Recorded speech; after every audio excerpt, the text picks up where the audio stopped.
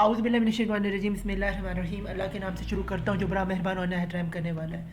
हमारे सब्जेक्ट का नाम हायर एजुकेशन है और इस वक्त हम यूनिट नंबर 1 को पढ़ने जा रहे हैं जिसका नाम इंट्रोडक्शन टू हायर एजुकेशन है। और ये प्रेजेंटेड बाय मैं मोहम्मद सफरा खान आपसे मुखातिब हूँ। और ये हमारा बीएड का कोर्स है जिसका कोर्स कोड नंबर 8625 है और हमारी यूनिवर्सिटी वन अल्लामा इकबाल ओपन यूनिवर्सिटी। तो आइए स्टूडेंट शुरू करते हैं। सबसे पहले हमारे सामने इंट्रोडक्शन आ रहा है। ये क्या है? Higher education is without any doubt a stage quite distinct from primary, secondary, elementary and higher secondary stages. Yes, किस stages होने पर? In this unit we will discuss about the nature of this stages, that is higher education, and will try to figure out the need of higher education for a society. क्यों higher education चाहिए होती है society के लिए? फिर the unit will also help you understand the scope of higher education in different societies and the state of higher education in Pakistan. क्यों higher education Pakistan में ज़रूरी है? इस यूनिट में हम देखें। इस यूनिट के जो ऑब्जेक्टिव्स हैं वो हम देख रहे हैं। नंबर 1 पे क्या? Explain the nature of higher education as a distinct stage of education. फिर क्या? Discuss the need of higher education for a society. क्यों एजुकेशन की ज़रूरत होती है सोसाइटी के अंदर? फिर elaborate the scope of higher education, discuss the planning of higher education in Pakistan. फिर describe the status of higher education in Pakistan. फिर discuss the key factors influencing higher education in Pakistan. आगे students हम बाकायदा आगाज़ करते हैं इस chapter का। वो क्या है जी? Nature of higher education. ये क्या होती है? Meaning of higher education. Higher education is defined any of the various type of education given in post secondary institution of learning and usually folding at the end of the course of study a degree, diploma or certificate of higher studies. Higher education institutions include not only universities and colleges but also various professional schools that provide preparation in such fields as law, medicine, business, art, music and etc.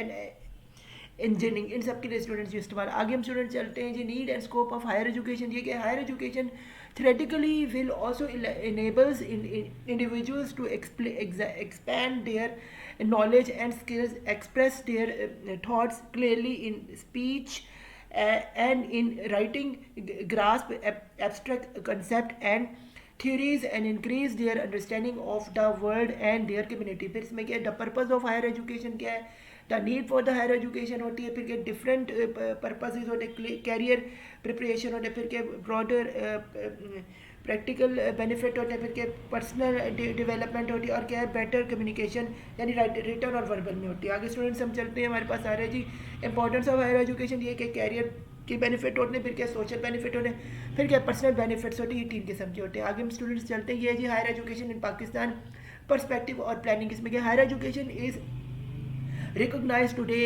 as a capital investment and is of paramount importance for economic and social development of a country. 1990 में इसने कहा challenges in higher education। क्या challenges higher education में? वो क्या? Quality की एक challenge है। फिर इक्विटी होनी चाहिए। फिर क्या? क्वांटिटी इसकी होनी चाहिए। क्वांटिटी क्वालिटी सही है। फिर है जी स्टूडेंट अनरेस्ट होने चाहिए। फिर क्या? इमोशनल इंटीग्रेशन होनी चाहिए। फिर क्या? एडमिनिस्ट्रेटिव रिफॉर्म्स होनी चाहिए। फिर क्या? फैसिलिटीज़ होनी चाहिए। फिर क्या? एजुकेशनल पॉलिसीज़ होनी चाहिए।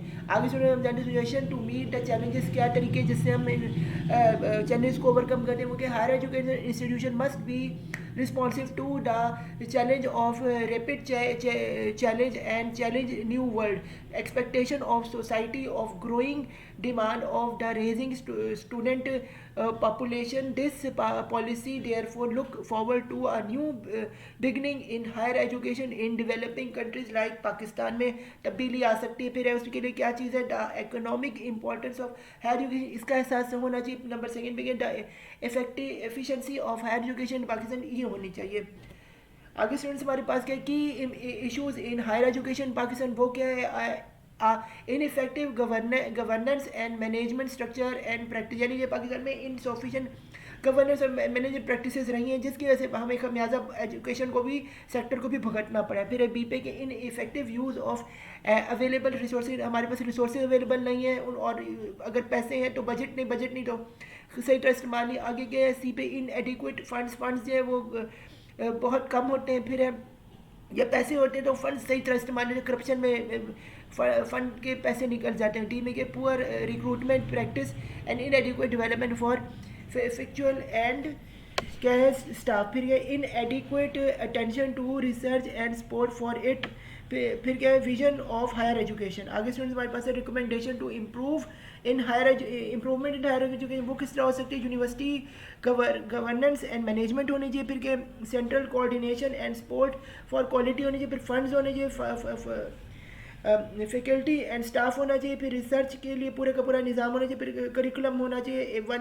वन करिकुलम फॉर ऑल होना चाहिए। तो रवैया जो है ये एजुकेशन सिस्टम नहीं होना चाहिए पाकिस्तान पर, इश्यूज़ रिक्वायर्ड फ्लो अप होना चाहिए, फिर इम्प्लीमेंटेशन उन पर होनी चाहिए। तोफ़िया मानिला ये हमारा चैप्टर 1 अख्ताम पसीर हमारा बीएड का एक कोर्स 8625 था।